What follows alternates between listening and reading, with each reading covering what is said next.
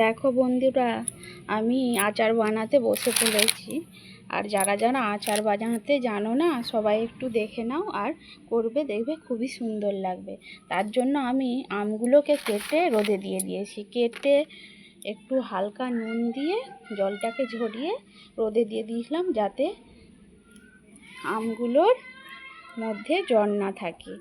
আর আমগুলো দেখো কত সুন্দর শুকিয়ে গেছে, একটুও জল নেই। আর আমি চপা সমেতই কেটেছি। আর তার জন্য আমি এখানে নিয়েছি একটি গামলি আর চামচ। আর এর মধ্যে আছে মিক্সচারে আমি মশলা পিষে নিয়েছি, সেটাও দেখাচ্ছি। আর এখানে সমস্ত কিছু সরঞ্জাম আমি নিয়েছি, যেগুলো আমার প্রয়োজন। পরের পর দেখতে থাকো আর দেখবে ঘরেই কত সুন্দর দোকানের মতো আচার বানিয়ে ফেলবে। এবারে আমি গামলির মধ্যে যেই আমগুলো ছিল ওই আমগুলো দিয়ে দেবো, যেগুলো আমি জল ঝরিয়ে নুন মাখিয়ে রেখেছিলাম। আমগুলো সব দেওয়ার পরে এবার দেবো আমি মশলাটা দেখো, এই যে আমি মিক্সচারে পিষে নিয়েছি, কত সুন্দর মিহি হয়েছে। মশলাটায় আছে লঙ্কা গুঁড়ো, নুন আর ধনে গুঁড়ো আর জিরে গুঁড়ো। আমি মিক্সিতে পিষে নিয়েছি। আমি 1.5 চামচ করে নিয়েছি সবগুলো। আর যদি বেশি আম থাকে বেশি পরিমাণে একটু লাগবে। এটাকে ওর সঙ্গে দিয়ে দেবো, মশলাটা দিয়ে ভালো করে নুন দিয়েছি, লঙ্কা গুঁড়ো দিয়েছি, ধনে গুঁড়ো আর জিরে গুঁড়ো। আর এখানে আছে এই যে শাহি গরম মশলা।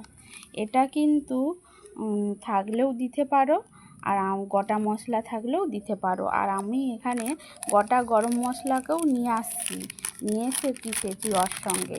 গোটা গরম মশলাটা দিলে বেশি টেস্ট হয়। আর এটা গোটা গরম মশলা না যদি তোমরা পেয়ে থাকো, তাহলে কিন্তু এই শাহি গরম মশলা দিলেই হবে, খুব সুন্দর টেস্ট হয়।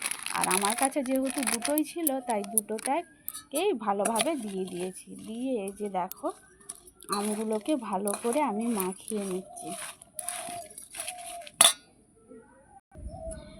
মশলাগুলোকে প্রায় আমার মাখানো হয়ে গেছে। এবার যেটা আমার সবথেকে ভালো লাগবে সেটা হলো সরষের তেল। সরষের তেল এখানে চাই মাস্ট।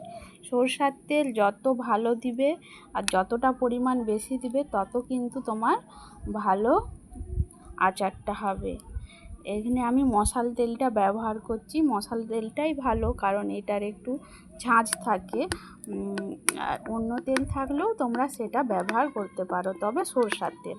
এবার যেহেতু সব মশলা দেওয়া হয়ে গেছে আর সরষের তেল দেওয়া হয়েছে, এবার ভালোভাবে এটাকে মাখিয়ে রোদে রেখে দিতে হবে।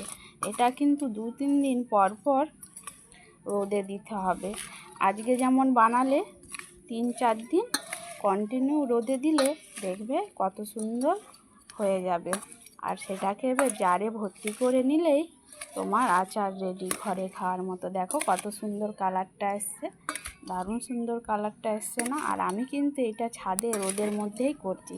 আর রোদে এরকমভাবে রেখে দেবো সন্ধ্যা অবধি, তেলের মধ্যে ডুবে থাকবে। যত তেল দিবে কিন্তু এটা ভালো হবে, আর তেলটা একটু বেশি পরিমাণ দিলেই হবে। আর এটা কিন্তু পরে তুমি আম কম পরিমাণে করে রেখে দিতে পারো। আবার পরে যদি বেশি পরিমাণ আম থাকে, আম কেটে ওর সঙ্গে যুক্ত করে আবার রোদে দিয়ে দিলে কিন্তু কন্টিনিউ তোমার চলতে থাকবে। তেল মশলাপাতি সব দিয়ে দিলে আবার তুমি তার সঙ্গে বানিয়ে নিতে হবে, কিন্তু রোদে দিতে হবে। পুরোটাই রোদের প্রসেস। রোদে করলেই দেখবে তোমার কত সুন্দর দোকানের মতো আচার হয়ে যাবে। আশা করছি সবাই ভালোভাবে বুঝতে পেরেছো। আর যদি না কেউ বুঝতে পারো আমাকে কমেন্ট করো, আমি তাকে কিন্তু বলে দেবো। আর খুব সুন্দর ঘরোয়া পদ্ধতিতে বানিয়ে দেখো। আমি প্রত্যেক বছরই এই আচারটা বানাই, আর খেতেও খুব সুস্বাদু হয়। সবাই ট্রাই করবে কিন্তু বন্ধুরা।